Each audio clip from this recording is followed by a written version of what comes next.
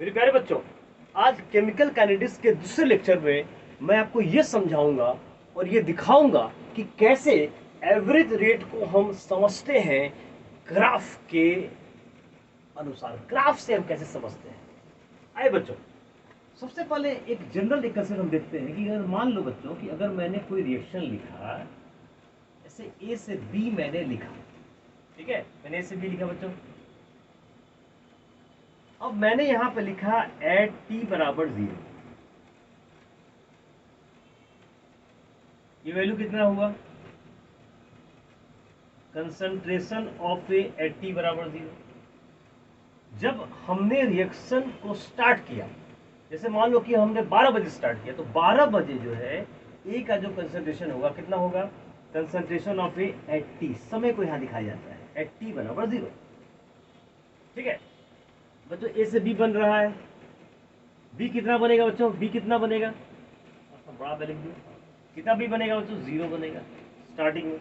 Starting अभी तो just a को आपने डाला है वेसल के अंदर, समय बीतेगा तो फिर ए बी बनाएगा। तो इन द बिगिनिंग कितना बी बना, 0। अब बच्चों एट टी बराबर T1, अगर T1 टाइम पर बात करें हम, अब इसका वैल्यू कितना हो जाएगा, तो बच्चों क्या बोला बताया मैंने, concentration of A at time T1। उस समय बी कितना बच्चों होगा, तो concentration of B, concentration of B at time T। अब बच्चों बात करते हैं T बराबर T2, T2 को बात करते हैं, ये हो जाएगा concentration of A at time T2। तो बच्चों B का कंसंट्रेशन कितना हो जाएगा, B का कंसंट्रेशन कितना हो जाएगा, तो concentration of B at time क्या हो जाएगा, T2। ये बच्चों देखो, तो स्टार्ट में आपने इतना लिया, T1 टाइम पर आपने इतना लिया, T2 इतना लिया नहीं, इतना हो गया। स्टार्ट में आपने इतना लिया, T1 पे इतना हो गया, T2 पे इतना हो गया, और जब कंसंट्रेशन ऑफ ए T1 पर ये है, उस समय B कितना है, तो B ये है, और T2 पर जब कंसंट्रेशन ऑफ ये है बच्चों, तो उस समय B का कितना कंसंट्रेशन है, ये है। सिंपल, कोई दिक्कत नहीं बच्चों यहां तक। और इसी को हम ग्राफ से देखते हैं कि ग्राफ से हम कैसे इन वैल्यूज को देख सकते हैं, कैसे ग्राफ से इन चीजों को हम समझते हैं। ओके बच्चों, लेट्स सी, आइए देखते हैं।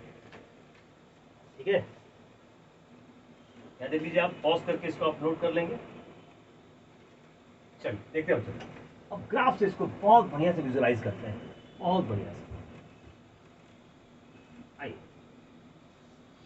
बच्चों, ऐसा कोई ग्राफ,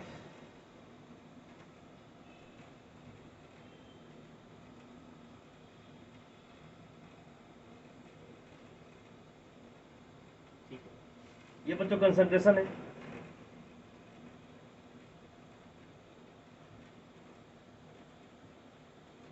ये टाइम है।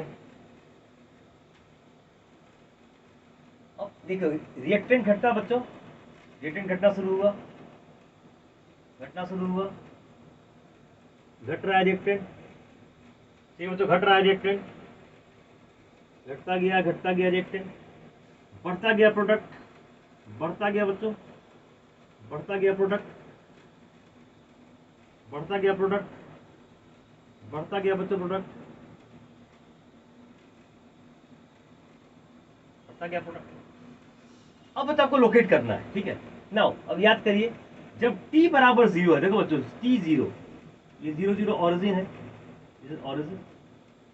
तो बच्चों जब t बराबर 0 यहां पर हम ले रहे हैं, जब t बराबर 0 ऑरिजिन जब ले रहे हैं, जब t बराबर 0, T0 तो ये भी 0, रिएक्टेंट का जो देखो बच्चों, जब t बराबर 0 है तो उस समय यहाँ पे 0 लो ना, यहाँ पे 0, तो ये आपका ऑरिजिन है, ये पॉइंट, ये आपका ऑरिजिन है, वो पॉइंट से इंडिकेट कर लेंगे। उस समय जब t देखो यहाँ पर जो 0 है, तो जब t यहाँ पर 0 है उस समय कितना कंसंट्रेशन है, तो मैंने बताया था ना कि t बराबर 0 पर जो कंसंट्रेशन होता है वो बच्चों कितना होता है, मैक्सिमम।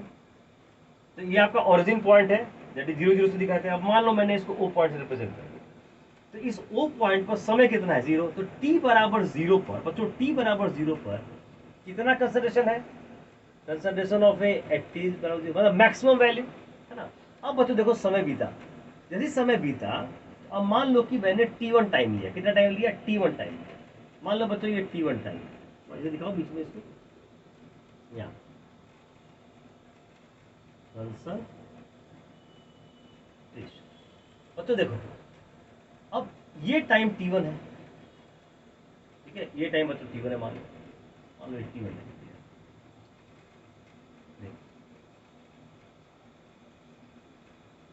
और आसान, ठीक है। तो ये T1 टाइम, तो T1 टाइम हम देख रहे हैं कि कंसंट्रेशन ऑफ रिएक्टेंट फॉल कर रहा है, ठीक है।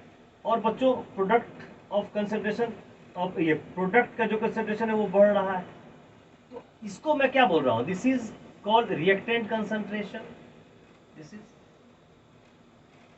और ये वाला घटते हुए और ये बच्चों बढ़ते हुए, तो दिस इज प्रोडक्ट का कंसंट्रेशन,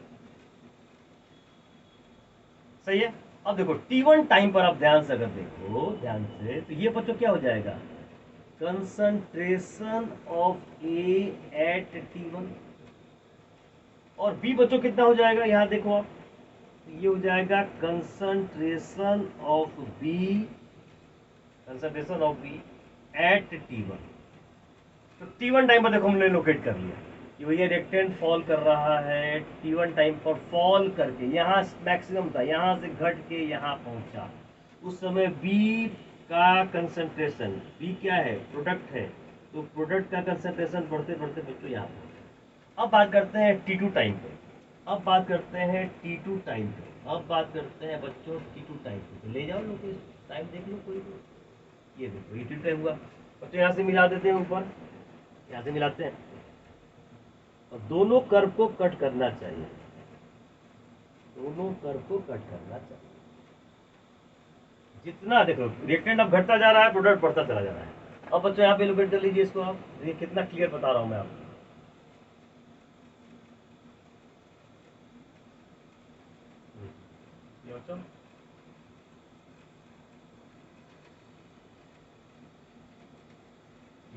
ठीक है, अब देखिए ये जो T2 टाइप है, तो T2 टाइप पर देखो घटते घटते घटते बच्चों क्या पहुंचा, यहाँ concentration of A eight T2, और ये बढ़ते बढ़ते बढ़ते बढ़ते यहाँ पहुंचा बच्चों, ये हो जाएगा concentration of B at time.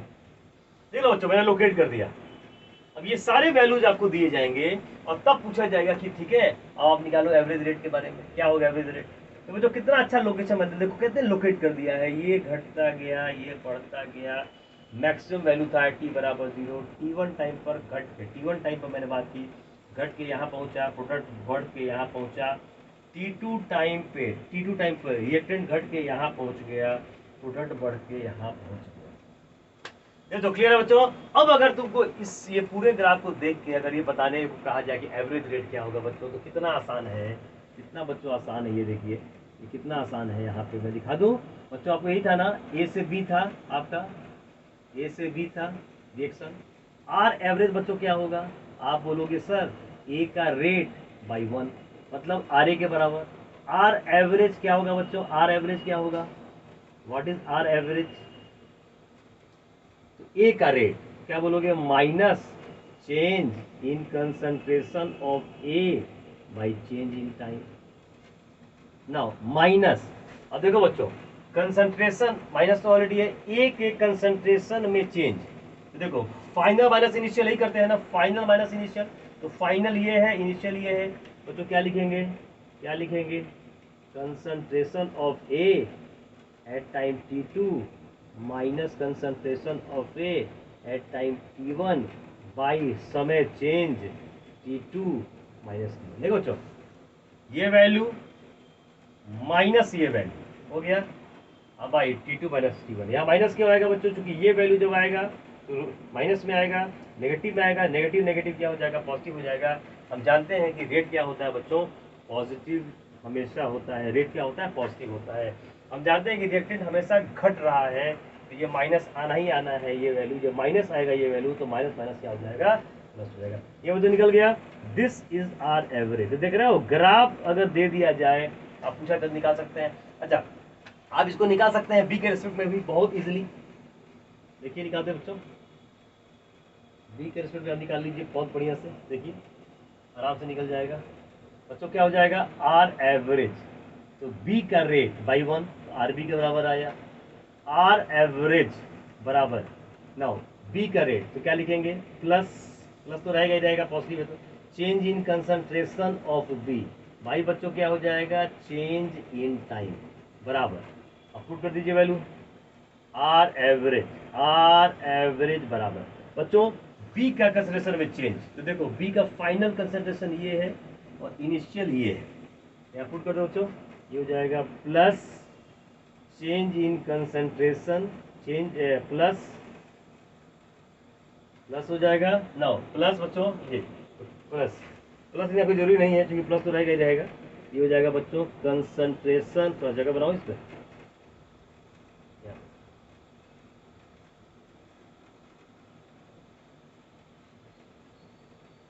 Are average बराबर बच्चों, आर एवरेज बराबर concentration of B at time t2 minus concentration of B at time t1 by बच्चों t2 minus t1, final concentration minus initial concentration, देखो बढ़ते बढ़ते ये ज़्यादा ये कम, तो बच्चों concentration change by time change यही तो होता है, तो देखो एवरेज रेट भी निकल गया इस कंसेप्ट से। तो यही बच्चों है कि ग्राफ अगर दे दिया जाए और ग्राफ्स अगर निकालने को दे दिया जाए तो भी हम बहुत इजीली निकाल सकते हैं मेरे प्यारे बच्चों।